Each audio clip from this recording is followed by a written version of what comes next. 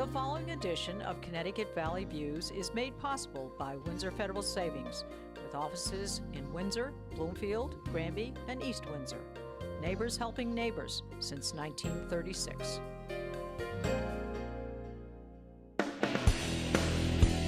Join me, Susan Regan, host of Connecticut Valley Views, the most widely watched interview program on Connecticut Public Access TV. Proof to the people is the byline, insight without bias, generating a 360 perspective. Our mission is to focus on topical subjects with thought-provoking interviews regarding municipal leadership, current affairs, educational and political topics, as well as key destination points in New England. And here's your host for Connecticut Valley Views, Susan Regan. Hello, and thank you for joining me today. My guest is Judge Robert Killian, Jr.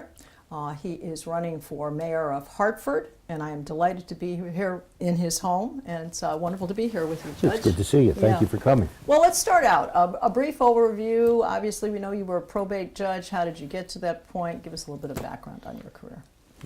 You get to be a probate judge by being elected by the people in the district. The district is limited to just the city of Hartford. It's the largest probate court in Connecticut, and it's one of the relatively few that's a one-town district. Mm-hmm. I was elected 31 years ago, re-elected 8 times since then, and retired about 4.5 weeks ago. Mm-hmm. It's a wonderful position. Probate judge is kind of where we put humanity back into government. You know, governors and legislators have to deal with 3.3 million people. Mm-hmm. Judges are charged with being responsible for the person who's sitting in front of them. And that's a very... That's a big responsibility in many ways. Oh, it's a big responsibility. You're having a large impact on people's lives. You know, probate court is the lowest court in the nation. I used to say to people that it's the only court that when people come in, I stand. But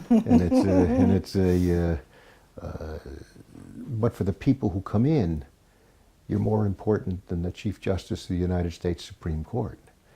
For most of them, it's the only time they've been in court, the only time they faced the judge. They're scared, mm-hmm. and it's important that we quickly allay their fears and let them realize that this is different from any other courts. Certainly, I'm a lot different than Judge Judy. Mm-hmm.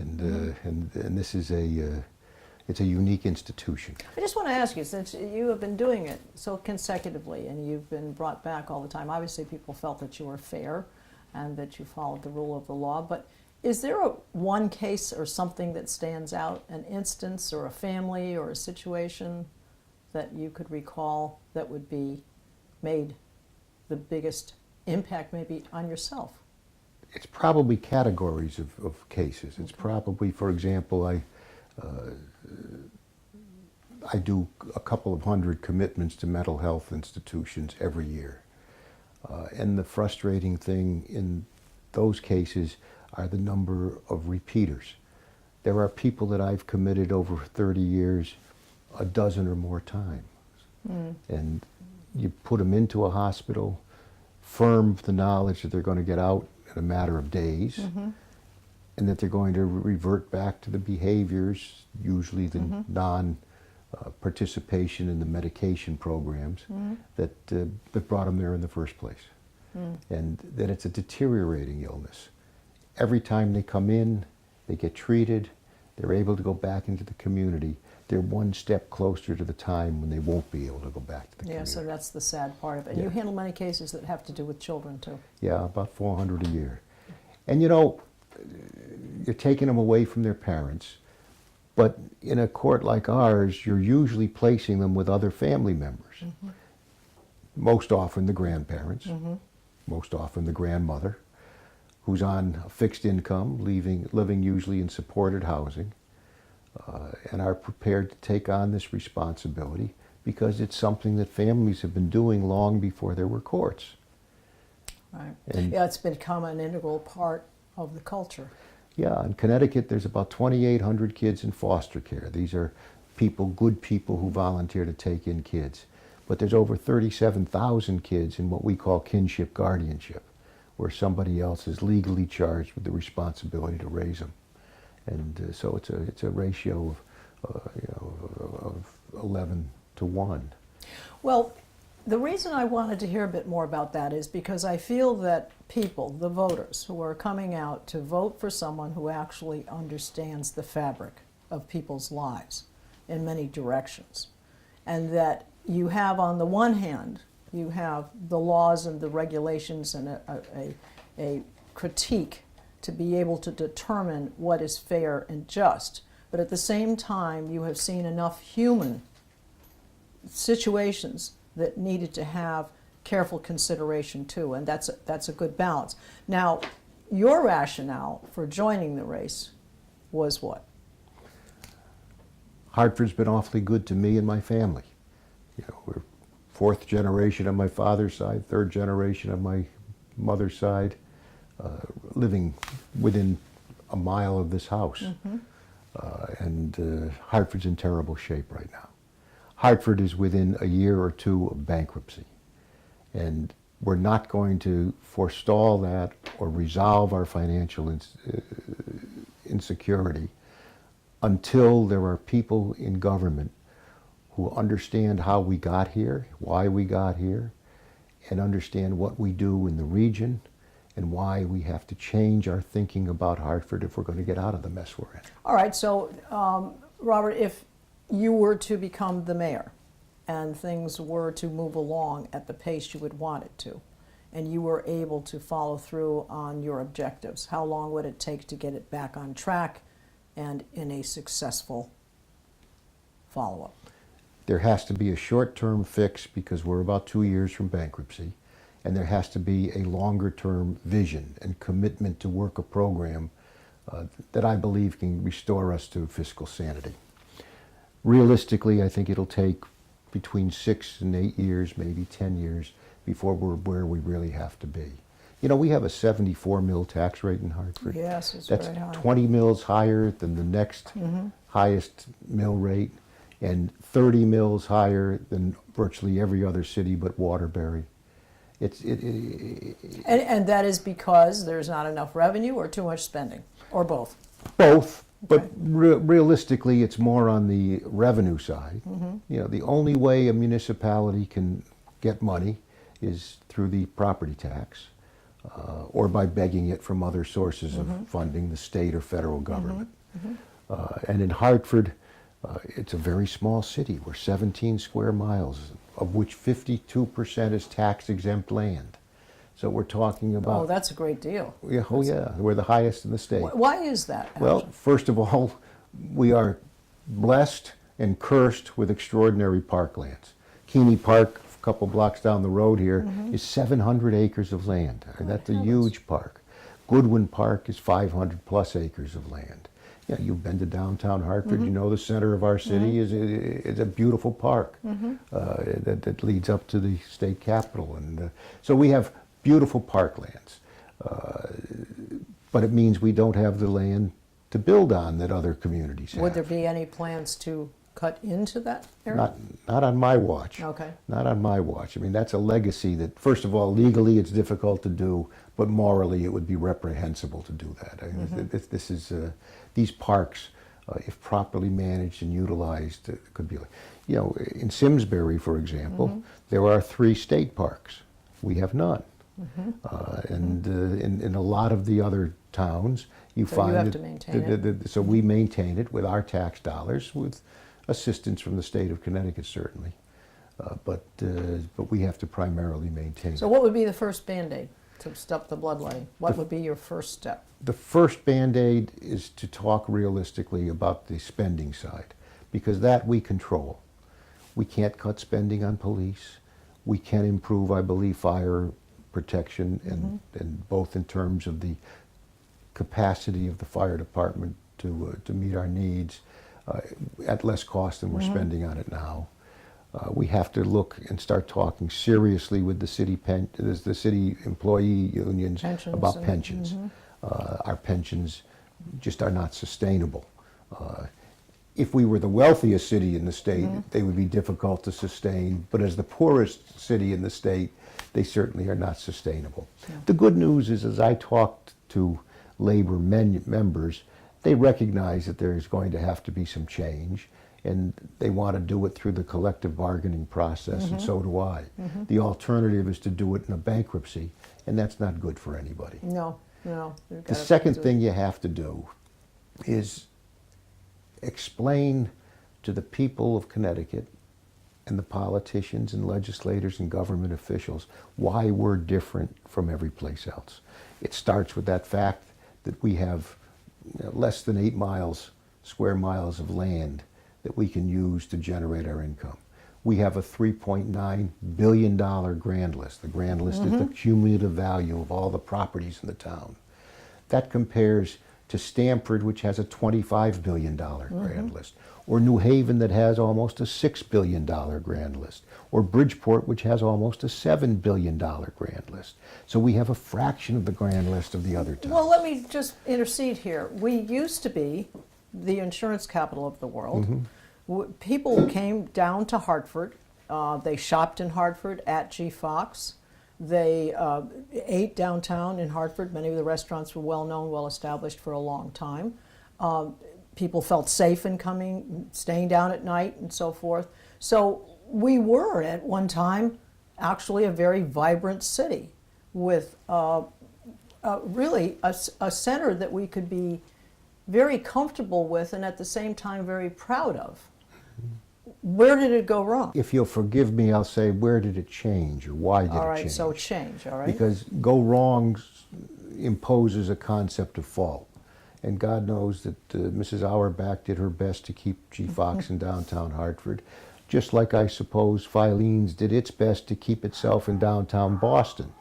Both failed, and they failed because of an historic inevitability, and that was that we were going to gravitate from the downtown department store to suburban malls. When Mrs. Auerbach was concerned about changing G. Fox in downtown Hartford in the late 50s and early 60s, she was already negotiating for lease for West Farms. And that wasn't a mistake on her part. No, that was good foresight, that was sure. recognizing a change that was coming about. When the people were all shopping in Hartford, most of them were living in Hartford. But now, most of them don't live in Hartford. Hartford's 125,000 people comprises 11% of the population of Greater Hartford. In 1947, when I had the, misfortune to be born, Hartford comprised 43% of the population of the region. And they all came here and lived here. You know, when we were building houses post-World War II, when that was our last great rush of house built, that's when we built out the rest of the land. Time, really. That's the rest of the land in Hartford. Right. We were building houses that at most had a one-car garage, and many had no garages. And that was a recognition of a reality in the early 1950s, right through the mid-1950s. And there was only one car per family, if there was any car. If there was a car, it was Right. one car per family Right. that you took out on weekends for the ride to one of those great state parks in Simsbury. Right. And it's so, you know, I can't blame certainly the incumbent mayor or Mrs. Auerbach or anybody else for the for this change. The change happened, and changes always happen, and change is inevitable. What we haven't done is gotten a handle on the reality of change. What we needed though was the leadership to, as Mrs. Auerbach was taking her company where she needed to go with it, what you need is the leadership then is to have the ability and the foresight to be ahead of the curve.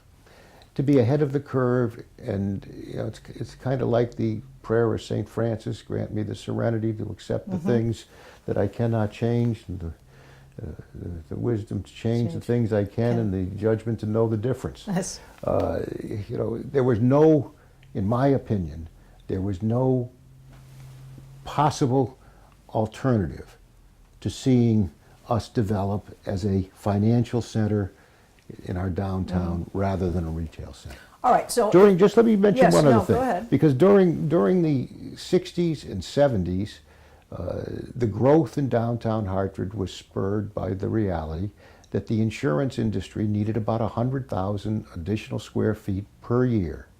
And until Cigna decided to go to Bloomfield, all of that growth was in downtown Hartford. The fact of the matter is that the insurance industry has changed mightily, just like the retail business has changed mightily. And I might add, West Farms has to look over its shoulder at Amazon. That's true. Because that business is changing That's true. mightily too, although West Farms is still historically successful as a mall in this country. But things change, and we have to be accepting of change because we have no ability to stop it. What we have done now, for example, and I salute this, it's a good plan. It was a plan instituted by the state of Connecticut with the assistance of the Capital Region Development Authority, unfortunately without an ability of the city of Hartford to do much. We put $61 million into converting commercial space into residential space. We're doing it for two reasons. First of all, because empty commercial space is a blight. And secondly, because there's no need for that amount of space. You know, I was involved, I used to do Aetna's zoning work in Hartford. And this is a long time ago when they were building in Hartford. And when they This is the gold building days? Or yeah, I did the heli stop on the top of the gold building, which was a desire that United Technologies had before they decided to relocate from East Hartford, their executive offices, to Hartford. And as I recall, their primary reason for doing that was to avoid pickets, because they could picket at the East Hartford location, but they have no manufacturing in Hartford, so they couldn't picket. Right. So it was and now they've relocated to Farmington. Yes. You know, I can't berate United Technologies for that decision. They're relocated 8 miles from where they are now to a building they own in a... Sure, it's a business decision. In a town that if Hartford were the size of Stamford, their new location still would be within the city limits of Hartford. But we're not. We're that Yes. 17 square miles, 4 miles by 4.5 miles. Yes. So we have to deal with geography. We have to deal with the growth of the region, and that meant necessarily the expansion of the region because that geography didn't permit us to house all these new people. We have to deal with the fact that once more people were located outside of the city, more people who were working in the city industries were outside of the city than in it, it was inevitable that some of those businesses would relocate to the suburbs to be near their market for employment. So do you see then, if one talks about jobs and having people who live here currently now, if they were to have, is the idea to create jobs? Is it to establish more businesses to create jobs?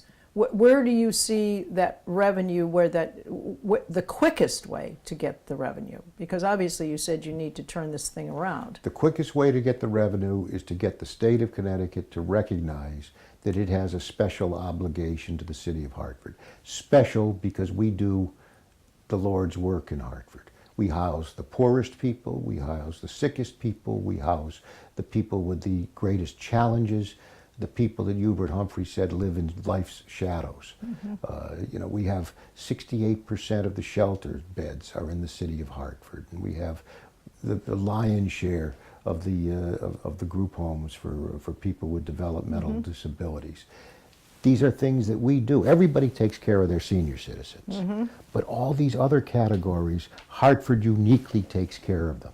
I'm kind of proud of that. It makes us kind of... Is that one of its singular reasons for being, as it were? It's a singular reason for urban cores in large cities to exist, because it's the place where you can cost effectively do that and where you can do it with almost a natural avoidance of the NIMBY principle, the not in my backyard principle, because you house them in one area, but the other areas, the outlying areas. We have no outlying areas in Hartford. We're the core, and then you go to West Hartford, or you go to Weathersfield, or you go to Bloomfield. So we're not given that ability. So we got to go to the state and say, look, Hartford, uniquely among the people of the state, is housing a large number of people on a small parcel of land. We have the second highest after Bridgeport people per square miles in the state, and Bridgeport only aces us by like 30 or 40 people per square mile. And we have to be recognized for what we do, and it's expensive to do it. You know, there are programs in the state that work against us. For example, towns are responsible for their own special education costs. Nobody in the state of Connecticut has more special education students than the city of Hartford. And yet, we bear that burden, but other kids who are in the magnet schools or the others, or the CREC schools, these kids, the state is supporting to the tune of $7,000 per student more than the kids who are in our traditional schools in Hartford, even though those schools are the ones that are taking on the special education responsibility. Well, I'm going to ask you this one other question, not because I want a doomsday thing here, but when you say you're 2 years away from a collapse, you're going to run out of money, go Chapter 11, as it were. Okay, I see where you're going, and you're right. You're right. How do we get? How scary is it? How badly does this need to? There are people who say bankruptcy would be the best thing that could happen for Hartford. I don't happen to believe that. For one thing, that's what happened to Detroit. Detroit and what's in place right now in Atlantic City, and it's happened other places. I mean, Atlantic City is probably more comparable to us than Detroit. But it's here's what I think. Right now, the state bails us out every year. We're having. Nobody knows precisely how much, but we have it's a fluid number. A fluid number, but it's in the area, order of magnitude of $40 to $50 million shortfall revenue versus expenditure. Some of it is a function of just terrible mismanagement, but not $40 million worth. So we have to solve the problem of the mismanagement. One little example: the probate court, and probate courts are state courts, but they have to be housed by the community, is in Constitution Plaza. Very expensive space, $25 a square foot space. There was no reason to move us there when the state took over the Hartford Times building. They kind of consolidated the probate courts. Well, our probate court is unchanged except for the fact that we take in the children's cases for the 15 towns surrounding Hartford. So we moved to down there. They rented for us and the other municipal offices that were moved, their development and the treasurer. They rented a large number of parking spaces there at about $60 or $70 a month. And then they acquired the former G. Fox garage and thought as an economy measure they would move everybody across the street to the G. Fox garage. But they never canceled the lease on the spaces. So they've been paying for a couple of hundred parking spaces, $60 or $70 a month for 9 or 10 years. That's somebody just not paying attention to the nobody paying attention to detail. Nobody probably knowing that was part of the deal. Well, you obviously feel as though you are the right person for this job. Yes, I what do. would you say is what is the criteria for you being the best choice for Mayor of Hartford? We're not disparaging anyone else running, but you need to carve yourself apart. And you know, every one of the other 3 candidates for mayor have strengths, and they all have things that they bring to the table that I don't. What I do bring to the table is a keen knowledge of Hartford, how we got where we are, and that there is an avenue to the solution of the problem that involves the state of Connecticut. Other towns in the region, I think, have to look at what role we play for them. And I don't think they all share the awareness that as we concentrate on the downtown area, which is crucial to our success, we also have to be mindful of the 123,000 of our 125,000 people who don't live in downtown Hartford and live in neighborhoods that have their own challenges. And if we don't do something about that, no matter what we do about the downtown area, we won't be properly addressing the needs of those other people, nor making Hartford a truly livable city. Well, I think an important point here is if the rest of Connecticut doesn't take care of the problem that Hartford is having, and Hartford were to fail, some of that failure is going to start to creep out and spread to other areas. Oh, undoubtedly. You know, And you know, there's a trickle-down effect. the state is going to take care of our problems. Governor Malloy has been a great friend of the city. This year he bought one of our parking garages, which is being used to ameliorate our deficit. And he has increased funding for our schools. You know, the state of Connecticut pays currently about 50 cents, 51 cents out of every dollar that the city spends comes from the state of Connecticut. Now, most towns have a significant input because education is primarily a state responsibility for every town, but we get it more than any other town. Well, if you were to see this influx of support, do you see that having to be a continuous thing? I want to see some of it institutionalized. I suppose that's a nice word for continuous. Okay. I'd like to see, for example, the payment in lieu of tax program that the government, the state government, makes a contribution for state facilities that are located in the town in recognition of the fact that they take that land off the tax roll, and yet it still requires police and fire and roads and other municipal services. It runs at about 30% of the what would otherwise be the tax burden of the property. But it excludes a lot of properties. For example, by law, the entire convention center and Adrian's Landing property is excluded. If they would recognize that in Hartford there is an unusual burden, and they were to say, okay, we'll increase the payment in lieu of taxes to 50 cents on the dollar, have a variable rate. So a town, for example, like Stamford, that gets the 30 cents on the dollar, but has a 24 mil tax rate and a $25 billion grand list tax base, you would have a situation where they could use the same amount of money. It would not cost the state any more, but it would adjust it and give some equal. Accordingly. The state's already talking about equalizing the cost of cars. You know, not many people in Hartford own their own home, but lots of people own a car. And 74 mils on a car. That can be a home to somebody sometimes, in interim times. You're right, you're right. Yes. You're right. So so pilot payment in lieu of taxes is the primary area I'm concerned about. The secondary area that I'm concerned about would be getting the educational contribution to recognize that a kid in one of our schools, our city schools, the traditional schools, which have made some tremendous strides in recent years. I'm glad to hear that. That some of those kids, that we have to equalize the payment so the state is paying as much for one of those kids as it is for the kids that are in the correct schools that are scattered around the area, and are also doing a great job by and large. Sure. Well, in summation, just one quick question. You've been out to speak to the people, I would assume. What has been their greatest complaint or issue or concern? The people that I court most significantly are the people who are most committed to the city. They're the people who have voted most regularly in elections, the people who own homes here.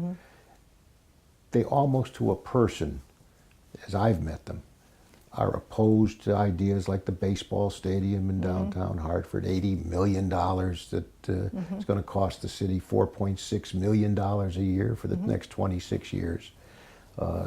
They realize that there's been some pie in the sky thinking that doesn't. So the finances and the almost inevitability of failure if we don't change what we're doing, which is very scary, is number one. And number two are they want to see blight in the neighborhoods attacked, and they want to see the schools improved. Well, I do want to fit in your website here. It is, if you'd like to follow the campaign, it is www.killianformayor.com. Do I have that correct? You've got it absolutely right. Well, it's been a delight to speak to you. I really appreciate I hope you we've coming. covered things. I hope we've answered some of your questions out there. I certainly have enjoyed the discussion. It's been very enlightening. And I would like to advise you that we are on Facebook, and you can see all of our programs on our website at www.ctvalleyviews.com. This is Susan Regan. Thank you for joining me and bringing proof to the people.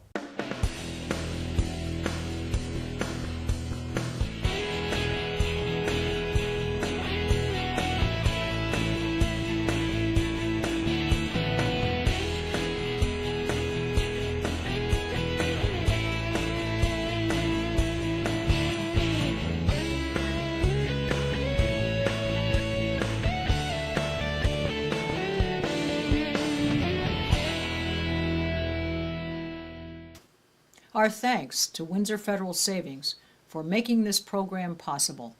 Neighbors helping neighbors since 1936.